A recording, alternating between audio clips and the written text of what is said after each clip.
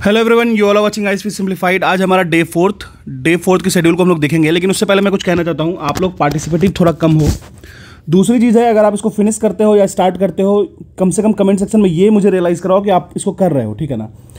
अगर आपको अभी बेनिफिट नहीं दिख रहा है, अभी स्टार्टिंग में लग रहा है कि अरे बहुत टाइम है, अभी we have more time than the imagination, then आप यू आर इन डेल्यूजन। भले ही आपके पास 5 महीने अभी आपको दिख रहे होंगे, लेकिन ये 5 महीने ऐसे कट होते हैं ना जो आपको पता भी नहीं चलेगा। Each month will snap like a few days. तो आपको इतना समझ में आना चाहिए कि समय बहुत कम है। अगर आप लोग प्रीलिम्स प्लस मेंस की इंटीग्रेटेड लेके चल रहे हो बीपीएससी या फिर ईपीएफओ के लिए, ईपीएफओ में तो मेंस की जरूरत नहीं है, जो कॉमन फैक्टर है उसको हम लोग बीपीएससी 69 के थ्रू ही देखेंगे। तो ये बहुत ही आपके लिए प्रायर एग्जैक्ट समय है, लेकिन वही है कि अगर आप इसको वेस्ट करोगे तो फिर टाइम नहीं बचेगा आपके पास। तो स्टार्ट करते हैं बीपीएससी 69 एंड ईपीएफओ का डे 4 हमारा जो शेड्यूल है। अगर आप पार्टिसिपेट कर रहे हो तो let me know. Ancient Indian history, जो हमारा बेसिक एनसीईआरटी जो हम लोग यूज़ कर रहे हैं आर एस शर्मा जी की, उसमें से 2 चैप्टर करना है, chapter 11th and chapter 12th। उसमें कौन कौन से चैप्टर है? Territorial states and the first Magadhan empire, ये पेज नंबर 10101 पे मिल जाएगा आपको। सेकेंड है आपको ईरानियन एंड मैकडोनियन पढ़िए, इन्वेजन, ठीक है। तो मतलब एक्सटर्नल इन्वेजन जो होने लगा उसके बारे में 108 नंबर पेज पे मिल जाएगा। इसको करने के बाद आप घटना चक्र से क्वेश्चन लगा सकते हो, लेकिन वो काम लास्ट में करना। पहले जितने भी चीज़ें हैं उसको कंप्लीट करो, फिनिश करने की कोशिश करो। बहुत लोग फिनिश नहीं कर पा रहे हैं, लेकिन फिर भी अगर आप इसको 80% तक फिनिश कर दे रहे हो तो मोर देन सफिशिएंट है। मेंस के टॉपिक्स को आराम से प्रीलिम्स के टॉपिक करने के बाद करना। आप किसी भी यूट्यूब को यूज़ कर सकते हो या फिर बुक्स को यूज़ कर सकते हो। International relation, science and tech में नोट्स बनाने की जरूरत नहीं है। नोट्स हम लोग तब बनाएंगे, जैसे नोट्स कब बनाएंगे पता है? जैसे हम लोग का प्रीलिम्स हो जाएगा, फिर मेंस के बीच में जो गैप मिलेगा ना, उसमें हम लोग नोट्स बनाएंगे, लिखने की हैबिट को डालेंगे। लेकिन एज ऑफ नाउ हमें चीज़ों की नॉलेज होनी चाहिए। तो इंटरनेशनल रिलेशन का जो पार्ट दे रहा हूँ मैं, उसमें विजन 365 को डाउनलोड कर लो, प्रिंट आउट निकाल लो, ठीक है। उसके बाद उसमें हाईलाइटर यूज़ करो। इसी तरीके से साइंस एंड टेक में कर सकते हो। अगर आपको नहीं मिल रहा है विजन वाले में, तो आप गूगल कर रहे हो, जैसे मान लो टॉपिक दिया मैंने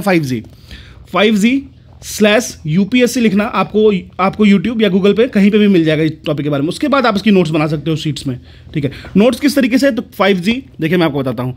नोट्स में हर चीज़ नहीं लिखना होता है, थ्योरेटिकल हर चीज़ लैंग्वेज वाइज नहीं लिखना होता है। जैसे मैंने 5G लिखा तो एडवांटेजेस कैसे? इसकी लेटेंसी रेट बढ़ गई, ठीक है, पाइपलाइनिंग इसकी बढ़ गई, फिर हमें डिलेइंग था वो कम हो गया, फिर सर्विस आउटलेट अच्छा हो गया, थ्रूपुट अच्छा हो गया, ठीक है। तो ये टर्म्स आपको मिलेंगे 5G जब आप पढ़ोगे तो, ठीक है। तो आपको इस बात का ख्याल रखना चाहिए कि आपका टाइम बहुत वैल्यूबल है। आप जो कितना कम यूज़ कर रहे हो, कम से कम यूज़ करो इस तरीके से कि जो आपको जो दिया गया है वो पूरा हो जाए और टाइम भी कम लगे। इस तरीके का अप्रोच रहना चाहिए। तो ये 2 हो गया हमारा एंशिएंट इंडियन हिस्ट्री का। चैप्टर 11th एंड 12th आज करना है। Territorial states and the first Magadhan empire, Iranian and Macedonian invasion. मैंने अभी अपने सैम्पल नोट्स डाले हैं, आप जाके मेरे टेलीग्राम चैनल आईएसपी सिंप्लीफाइड पे देख सकते हो।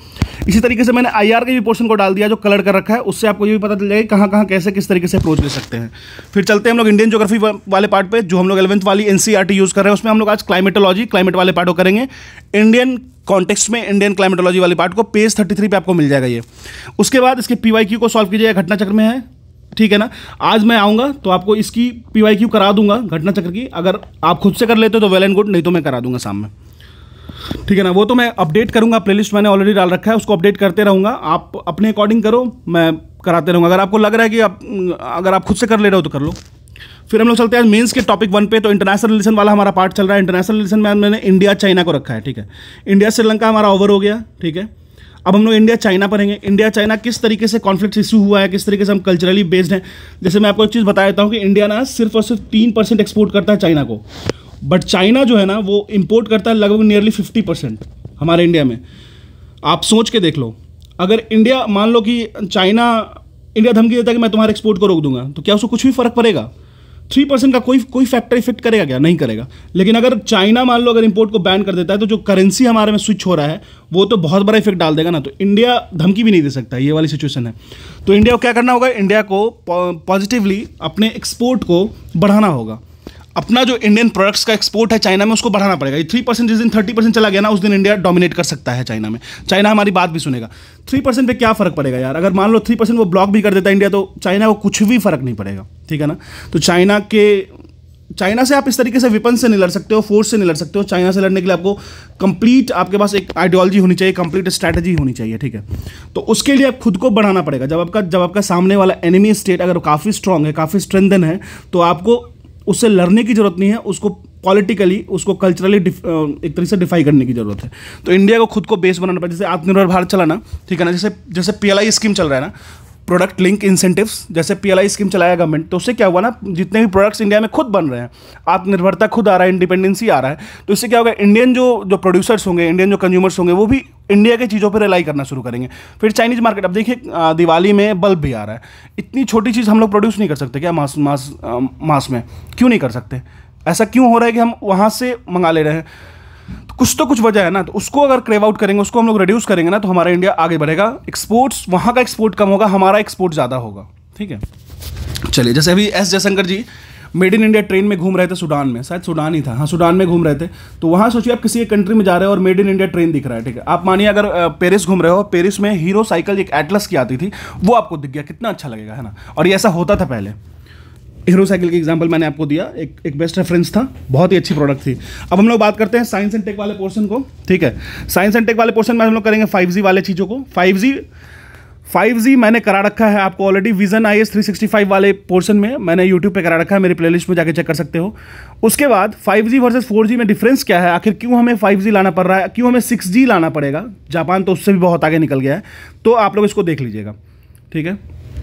डेली करंट अफेयर वाले सेगमेंट में हम लोग आज daily editorials and daily current affair को अपडेट करते हैं। डेली एडिटोरियल्स में आप the Hindu and Indian express दोनों कर सकते हो, या किसी एक को भी कर सकते हो।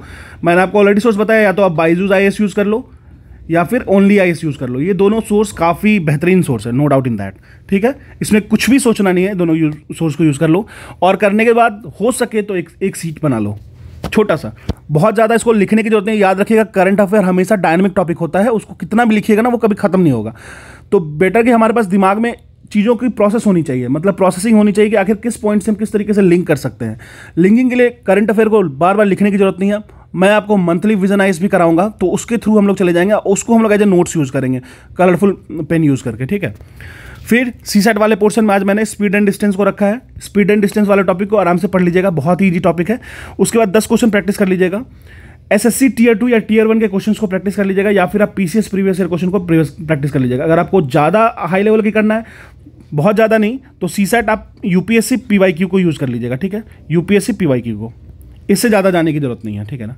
तो ये था हमारा आज का शेड्यूल। आपको अगर आप सच में पार्टिसिपेट कर रहे हो तो लेट मी नो, और अगर आपको हेल्प चाहिए किसी भी कमेंट सेक्शन से, तो आप मेरे टेलीग्राम पर जुड़ सकते हो, साथ में आप इंस्टाग्राम पर भी जुड़ सकते हो। मैं लिंक इन डिस्क्रिप्शन बॉक्स में डाल दूंगा, ठीक है ना। Thank you.